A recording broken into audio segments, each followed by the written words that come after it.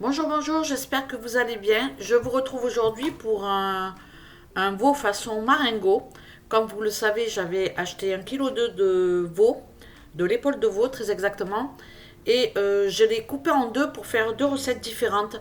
Autant en profiter quand on a un cuisinier à la maison. Donc du coup, je me suis dit, ma foi, je vais lui demander de me faire deux façons différentes de cuisiner le veau. Donc, il a décidé de faire un veau façon marengo parce que, comme il m'a dit, lui, il va mettre du vin rouge. Donc, c'est ce qui change de la recette classique.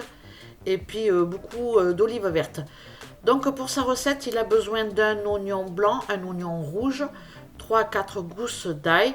Pour l'oignon rouge, vous pouvez très bien mettre deux oignons blancs. C'est parce que moi, j'en ai, donc il en met pour le coup. Et puis ensuite, il va vous falloir de l'épaule de veau ou du sauté de veau, du fond de veau, des olives vertes, une petite brique de coulis de tomate, du concentré de tomate. Qu'est-ce que j'oublie? Est-ce que j'oublie quelque chose ou pas? Au niveau des épices, du sel, du poivre, du paprika, du laurier. Et puis voilà. Je ne sais pas si j'oublie quelque chose, mais de toute façon, je vous mettrai les ingrédients en barre d'infos. Une fois l'oignon et l'ail émincés, on va tout de suite passer à la cuisson de la viande. Donc pour cela, il va falloir une marmite avec un peu d'huile d'olive qu'on va mettre au fond de la marmite et on va faire revenir le tout à feu vif. Il fait chauffer d'abord l'huile d'olive. Ensuite, hors du feu, il rajoute la viande pour pas que ça brûle de suite. Et il va la faire saisir comme ça très rapidement. Alors d'habitude, moi je le fais pas ça, je fais pas chauffer mon huile. Et c'est vrai qu'il faut le faire. Donc je vais changer ma manière de faire et à l'avenir je ferai comme ça. Il retourne la viande. Une fois que la viande va bien être saisie, il va tout simplement rajouter l'oignon et l'ail qu'il a préparé.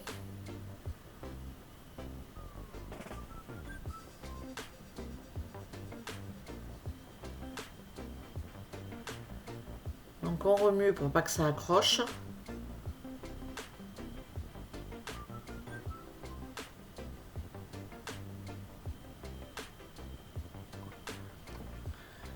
Une fois que ça commence à bien dorer,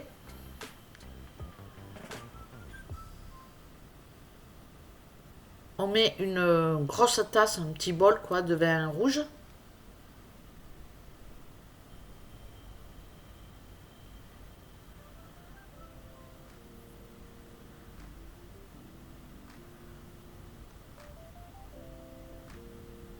On laisse toujours le feu au maximum. Là, le feu est toujours à 9, de manière à ce que l'alcool s'évapore.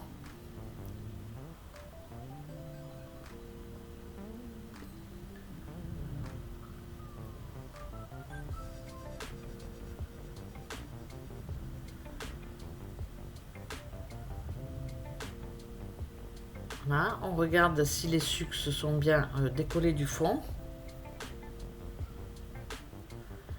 Et il va rajouter petit à petit les ingrédients qui vont suivre.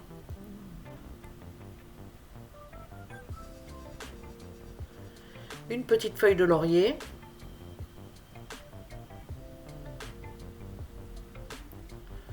On baisse le feu à 5.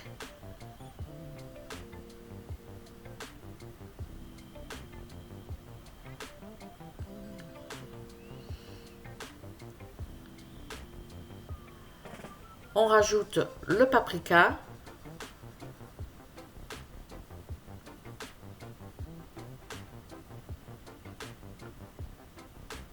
On mélange.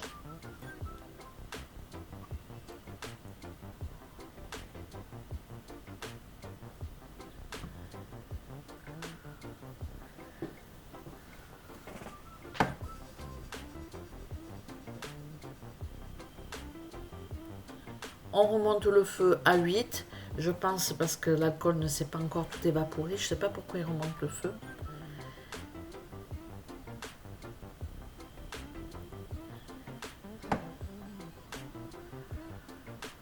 On prépare du fond de veau dans un bol. Donc tout simplement de l'eau chaude, du fond de veau. Et puis on rajoute à la préparation. Donc pareil, un petit bol, enfin une bonne tasse quoi. On mélange.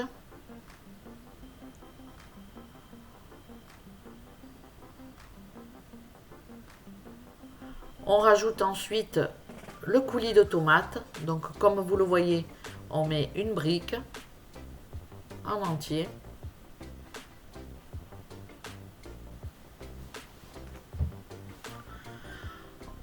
On rajoute des olives vertes. Alors il faut en mettre pas mal parce que ça va donner du goût à la sauce.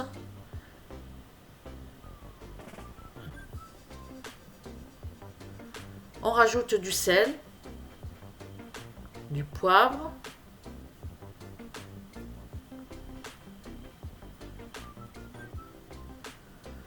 On rajoute une bonne tasse d'eau.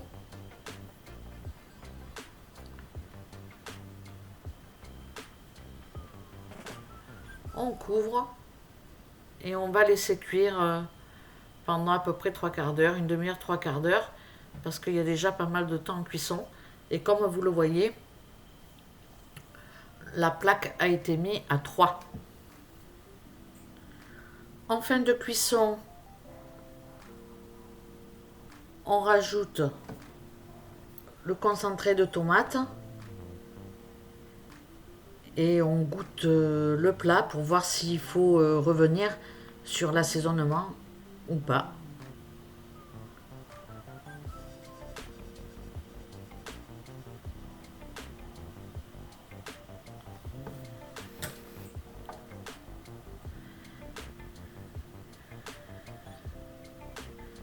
C'est un plat qui demande à peu près 1 heure et demie entre la préparation et la cuisson, donc ça reste quand même assez correct.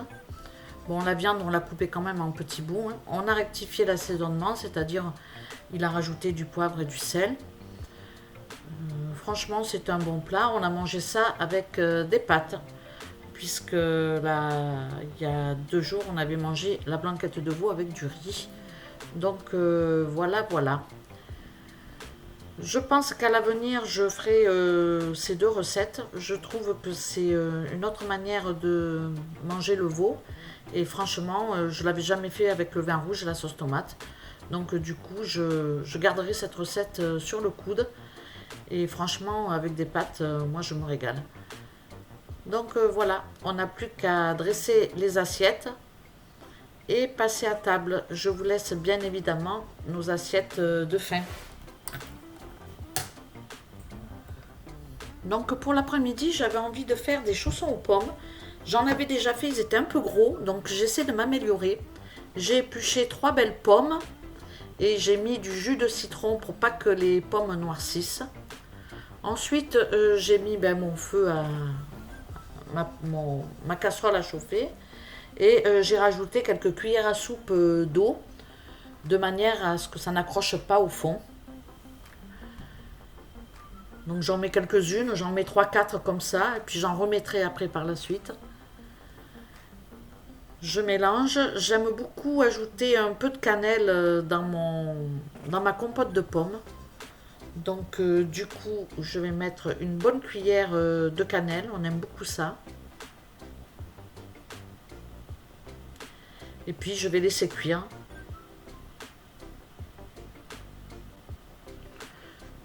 Je rajoute encore quelques cuillères à soupe d'eau, toujours pour pas que ça accroche.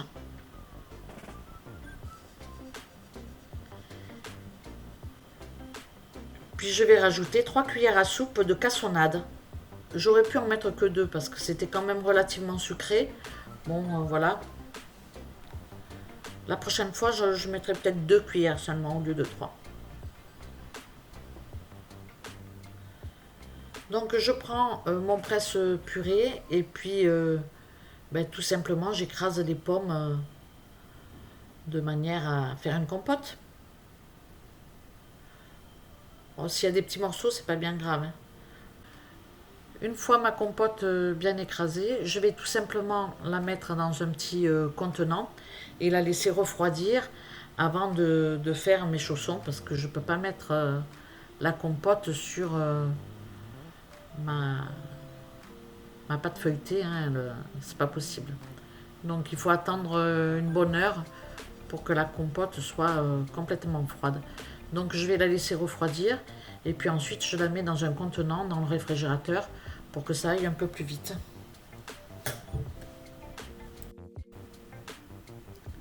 Donc j'ai pris, bon ben c'est toujours mes pâtes feuilletées que j'ai ramenées du Portugal. Donc pour vous dire que j'en avais ramené 3, j'en ai utilisé 2, c'est la dernière. Donc voilà, je replie ma pâte feuilletée et puis je vais tout simplement la couper en 3. J'aurais pu la couper en 4, la prochaine fois je la couperai en 4. Je vais commencer à confectionner tout simplement mes petits chaussons. Donc je fais une forme un peu ronde.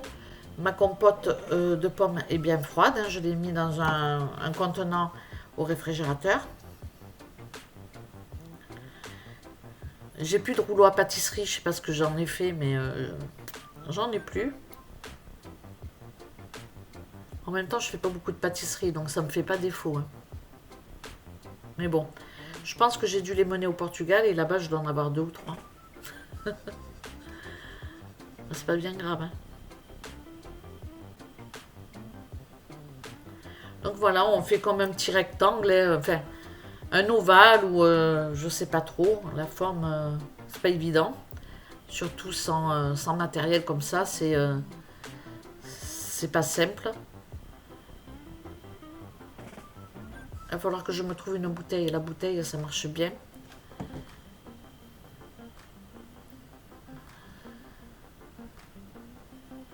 Donc voilà, je bataille un peu, mais je vais y arriver. Je regarde un petit peu, je me dis bon, c'est pas mal. Il me reste plus qu'à mettre ma petite compote et à refermer ensuite mon chausson aux pommes. Je retravaille la pâte parce qu'il faut que quand même la pâte elle soit un peu plus épaisse. Et quand on l'étale comme ça, la pâte qu'on achète en magasin, c'est très très fin. Donc là pour le coup elle est un peu plus épaisse. Je mets ma compote, je referme avec une petite pression du doigt comme ça. Voilà. Ensuite je vais prendre une petite fourchette et je vais appuyer de manière à bien fermer mon chausson. Donc voilà, il ne me reste plus qu'à finir les 2 chaussons, puisqu'on est 3, donc ça fait un chausson chacun. Je préchauffe mon four à 180 degrés. Je badigeonne mes 3 chaussons aux pommes avec du jaune d'œuf.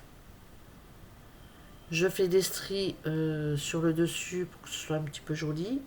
Et j'enfourne à 180 degrés pendant 20 minutes environ.